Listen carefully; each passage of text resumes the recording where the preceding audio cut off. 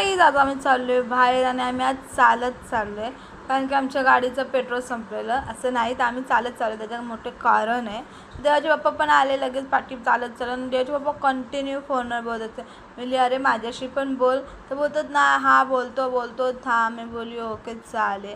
त्यानंतर आम्ही पोचलो डीमार्टला आणि डीमार्टला आम्ही शॉपिंग करत होतो. बघा गर्दी तर एवढी होती ना जसं काय सगळेजणांचं पेमेंट झालं आणि सगळेजण धडाधड पैसे उडवायला आलेत डीमार्टमध्ये. तिथून गेलो आम्ही टावेल घ्यायला आणि आम्ही कन्फ्यूज होतो हा टावेल घ्यायचा की हा टावेल घ्यायचा. पण माझी आणि देवाची मेजॉरिटी ब्लूवर होती मग आम्ही दोघांनी ब्ल्यू घेतला आणि बिचारा देवाच्या पप्पाला त्यांची चॉईस कॉन्फर्माइज करायला लागले. मी देवाच्या पप्पाला ओके तुम्हाला दोघांना आवडलं तर घ्या. त्याच्यानंतर आम्ही आलो बिलिंग काउंटरवर आणि बिल करतच होतो तर देवाला बोलतो मग मी हे घे पप्पा ते घे. मी आता काही घेऊ नको आता तूच चल. आणि देवा पण आमच्या पप्पाला हेल्प करत होता.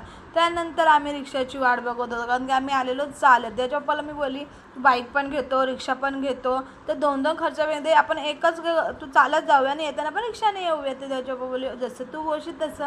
आणि त्याच्यानंतर निघता मी सामान ठेवून बाहेर निघालो तर असा पाऊस आला आणि ना मी छत्री घेतलेली ना देवाने रेनकोट ना काय. आणि देवाचे पप्पा नवीन फोनचं फिल्टरच चेक करतात कसं लावायचं असं करायचं तसं करतात. त्यानंतर आम्ही घेतले बिर्याणी कारण की आम्ही जेव्हाही रॅशन भरतो तर आम्ही घरी जेवण बनवत नाही आम्ही बाहेरच होतो. आणि देवाने हे डीमार्टमधून टिकटॅक घेतलेलं. मी बोलली वा तू इथं पण घेऊन आलात तर बाय गाईज व्हिडिओ आवडला असेल नक्की लाईक शेअर सबस्क्राईब बाय.